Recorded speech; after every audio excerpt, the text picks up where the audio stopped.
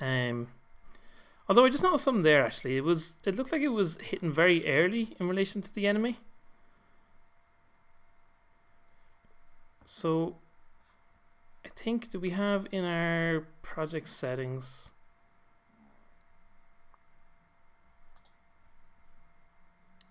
Oh, I don't know. We'll come back to that. For now, we want to stick with dealing with our audio. We don't want to get too sidetracked, so I won't start investigating other things just yet. So what was it? Yeah, we could add that. We want to make him make some sounds when he gets hurt.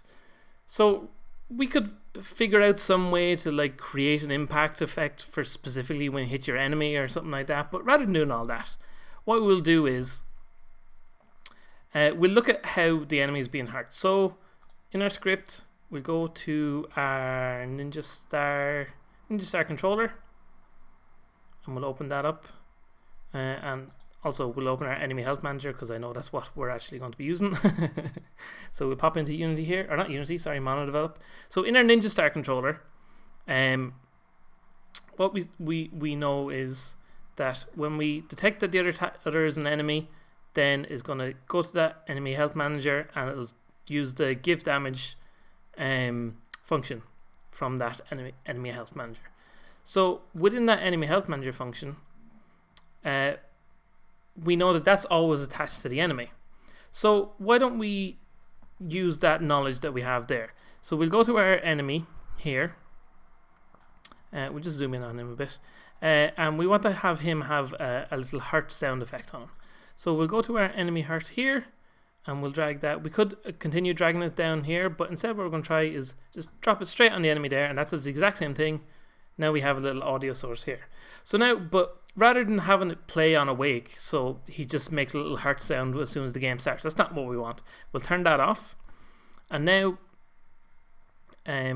what we can do is in the script here, in our give damage little function, all we have to do is go audio dot play, and what that does is it just plays whatever audio is attached to the game object that this script is on. So if we save that and we go back into the game and we hit play, once it finishes compiling down here in the corner, it should I'm going to need to destroy that Ninja Star as well. It keeps annoying me. But yes. So now he makes a slightly different sound. So when he hit the wall, there we go. It makes a completely different sound when he hits the enemy, which is perfect. That's exactly what we want to happen. We hit him a few times and he explodes into a not very exciting player death. So we'll actually, now that we're here, we'll go to our prefabs and we have our death particle thing. We'll click on that and we'll go back to our audio and we'll make the death effect go onto the particle system. And we actually need to drag that down here. When you're working with the prefabs, you need to drag it down into the space at the bottom of the inspector, like that. So now if we go here, we'll kill this guy. There we go. It makes a lovely little sound when he gets destroyed.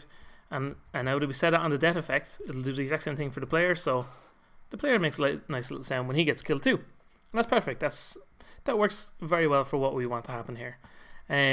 But of course, we also want the player to make a little sound effect when he gets hurt.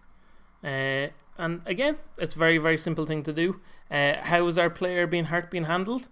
Well, that's in our hurt player on contact script.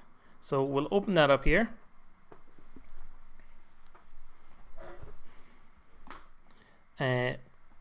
So now we have when the player is getting hurt, it does health manager dot hurt player, and there's a damage to give. So we could go to our health manager again, and we could attach a game object to that and do the audio that play from within that function.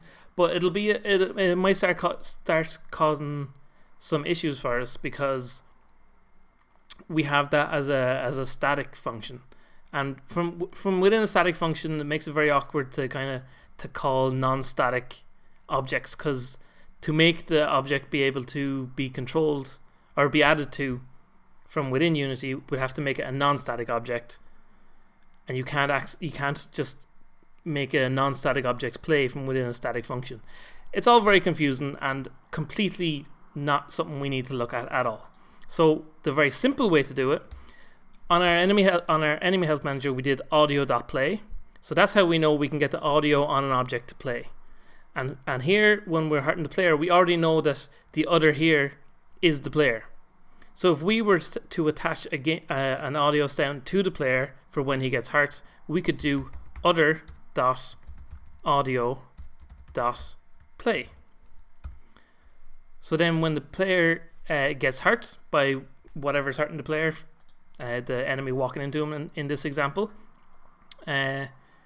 it will play that little sound effect. So of course we need to go to our player and we need to add that audio to him. So click on the player, go to our audio, we go to player hurt, drag that down to there, and now when we hit play and we walk over to our enemy, oh, he hurt us. Ow, ow, ow. Oh no, we've been exploded. So it makes it feel a little bit better. Of course, at the moment also, when he does that, that looks a bit weird. That's something we're going to have to look at in the next episode. The player, we need to establish a way for the player to get knocked back when the enemy touches off him. Because else it looks, he just gets stuck there, just having a little bit of a kiss, and that's not what we want. So the final little audio thing we're going to look at here is collecting coins.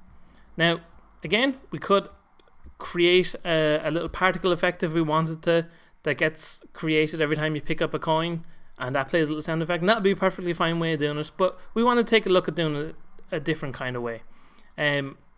So we saw how to, through a script, play an audio object that's attached to the same object as the script, and we saw how to play audio on another object that the script is encountering. But there's a third way to do it, is to create a reference to a separate object altogether that the script can call from. So what we're going to do is, for each individual coin, we're going to make it play a certain sound effect. So we're going to go to our script for our coin pickup. So our coin pickup script here, once it loads up here in mono develop, here we go. So what we're going to do is create a public audio source. So basically an audio source is just an object with an audio source attached to it, is what it'll be looking for here. So we'll create a public audio source and we'll call this just coin sound effect. And much like with audio.play or the other.audio.play that we used, within our onTrigger enter function here, before the object is destroyed, we'll just go coin sound effect dot play. Oh, we need a capital P on that. Dot play. There we go. And you could have the good thing about using this thing, you could have multiple different audio sources for any different effects. For if you want to have, I don't know, if you want to have different effects play randomly for each coin, for example, you could have like different ones here, and then you could go if random range numbers, whatever, I don't know, you can do many different things, but you can have multiple different sources anyway, and then you can choose one to play specifically. So you could have coin sound effect 1, coin sound effect 2, coin sound effect 3, or whatever you wanted, and then within the function you could just play one specific one that you wanted to.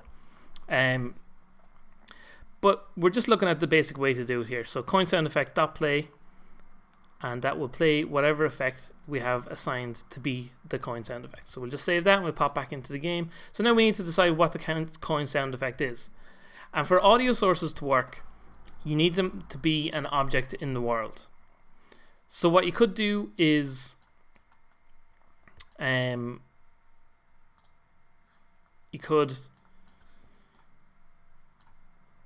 create another object somewhere else that's outside the coin, or you could, and all those objects reference to it, something completely different. You can call it just a coin sound effect. But what I like to do is make use of the way that we have sorted things. So for example, in our coins here, we've put them all into a coin object to keep things nice and tidy, but also we should make use of this rather than just having it be an object that has been completely useless. So what we're going to do is on our coin object, we're going to drag our coin sound effect and we'll just pop that there.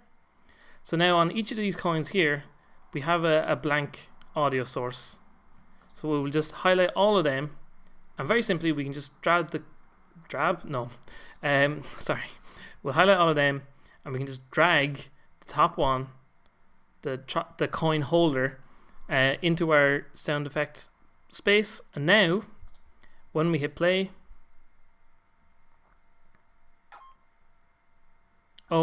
sorry, that was a mistake by me. We don't want that sound to play. On our coin sound effect, we should make sure play on awake is turned off. And then when we hit play and go back in,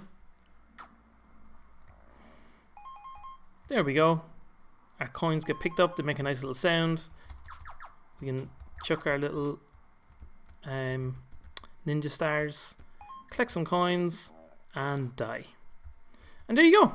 So that's the basics of how to add sound effects to your game. Hopefully you'll find it useful, and you can see there's lots of different ways of using the sound effects to different effects and to different benefits for the player and for you as the designer of the game. But yes, thanks for watching, everybody. I will be back soon with more of the tutorial, and next time we're going to take a look at that little knockback that we need from our enemies, and we're also going to look at ways of hurting the enemies. So we want to be able to fight back apart from our little ninja stars. We want to have other ways to be able to attack them. So yes, I will be back very soon, and thank you all for watching the tutorial series so far.